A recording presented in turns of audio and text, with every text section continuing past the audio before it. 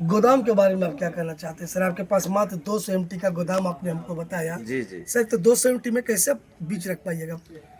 200 MT वाला गोदाम मेरे पास है अभी फ़िलहाल।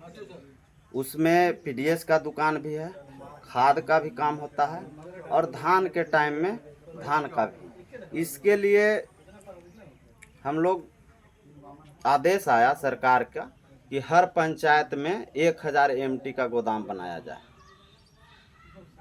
हम बीसीओ सर से लेटर लेकर के अपने एक हाथ से भी लाया और सीओ सर को जमा किए। उसके बाद सीओ सर क्या हुआ? सीओ सर हम ये मतलब फरवरी का बात है, फरवरी में हमने उनको लेटर सुपुर्द कर दिया। इसके बाद आए, वो मेरा पंचायत के स्थल निरीक्षण भी किए। उसके बाद बोले कि हो जाएगा। फिर हमने मिला, सर एनओसी आप अभी तक दिए नहीं, तो ये कर्मचारी से लिखवा करके खुलाइए कि इतना खाता प्लॉट, खाता इतना है, प्लॉट इतना है, एराजी इतना है। हम कर्मचारी के पास जाते रह गए, वो सीओ के पास बोले और सीओ सर कर्मचारी के पास भेजते रहे। यही चलते रहा सिलसिला अभी तक। उसके बाद एक सिरगांव पंचायत में सबसे पहले मुख्य बात जो था कि आपका पैक्स का मुख्यालय कहाँ है। हम बोलते थे कि सिरगांव में है, कर्मचारी बोलते थे कि न्योधी में है जहाँ पूर्व से गोदाम है। उसका हमने चिट्ठी निकलवाया अपने विभाग से। वो लेटर जब दिए कर्मचारी को, तब वो संतुष्ट हुए कि सिरगांव मुख्यालय है। तब सिरगांव में ज़मीन खोजा गया तो एक ज़मीन जिसका एराजी 1.5 एकड़ है, प्लॉट खाता भी हम भूल रहे हैं, याद नहीं है, दिए। तो उसका जल स्रोत मिल गया। जल स्रोत है तो भाई जल स्रोत में एनओसी नहीं मिलेगा, ठीक है। फसल सड़ने का डर रहता है।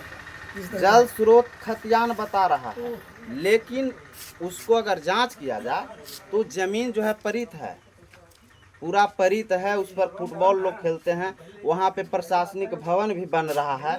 फिर भी इसको स्थलीय निरीक्षण न करते हुए जल स्रोत के प्रमाण को दे करके और सीओ सर इसको एनओसी देने से वंचित कर दिया। फिर उनको मुखिया जी के माध्यम से, मुखिया जी को हम बताए सर इस तरह का बात है। तो जो मेरे पास एक बगल में है इसम चक मौजा होता है, जो कि लेटर का प्रावधान है कि जो लेटर है, लेटर में मुख्यालय को सबसे पहले प्राथमिकता दिया जाए, नहीं तो दूसरे गांव जो आबादी वाला है। तो आबादी वाला गांव मेरा ढिवरी है, पहले पंचायत था ढिवरी, इसके बाद हुआ है सिरगांव। तो ये अमूमन है कि जांच भी अगर किया जाता है तो उससे हमको कोई दिक्कत नहीं है, लेकिन जब पहले पंचायत था तो इसका सेकंड नंबर है। तो यहाँ का बगल जो है ईसमचक, ये हो गया सर रोड जो है से वो ढिवरी में है और ईसमचक में है। ढिवरी में कहीं पे मतलब परित जमीन नहीं है। थोड़ा सा बिहार सरकार का ज़मीन जो है, जो चिरागी ये क्या बोलते हैं चिड़ारी है। तो हम सर से बोले कि कटे हुए जो है मेरा मौजा ईसमचक है, जहाँ पे परती ज़मीन है, जो सीओ सर देख करके भी गए हैं, स्थल को निरीक्षण करके गए हैं, मतलब मार्च के महीना में, और अभी तक भी उसका एनओसी देने का काम नहीं किए हैं। अब बताइए कि अभी फिलहाल धान अधिप्राप्ति का समय आ रहा है, अब हम राशन कहाँ रखेंगे, खाद कहाँ रखेंगे, धान कहाँ रखेंगे। धान कम खरीदी होगा तो किसान वंचित रहेंगे। सही बात। और अगर धान हम खरीद करके बाहर रखते हैं तो वर्षा भी होता है, हम कितना तिरपाल रखेंगे, कितना गार्ड रखेंगे वहाँ पे जो सही से रहेगा। तो इसलिए आपके माध्यम से हम ये बोलना चाह रहे हैं, बता देना चाह रहे हैं कि ये जो सरकार के आलोक में जो काम कर रहे हैं कर्मचारी लोग, तो सरकार सिर्फ तनख्वाह देने के लिए इनको नहीं रखा है। सरकार के जो योजना है उस पर जुझारू ढंग से अपना कार्य को करें और जो सरकार का उद्देश्य है उससे मतलब हर लोग को लाभान्वित हो।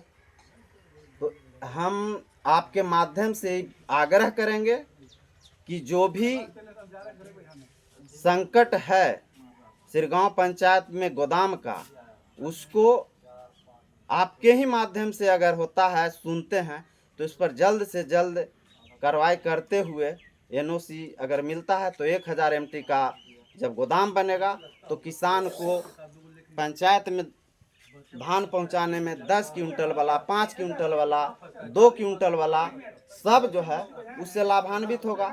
तो यहाँ तो 5 क्विंटल बेचना है जिसको, तो गोदाम फुल हो गया तो क्या करेगा? 5 क्विंटल वाले तो मार्केट में जाएगा। तो एक तो गरीब है, 5 क्विंटल उसको अनाजे है और उसके बावजूद 200 रुपया कम में उसको मार्केट में बेचना पड़ता है। तो यहाँ पर गरीब को तो गरीब और बनाया जा रहा है।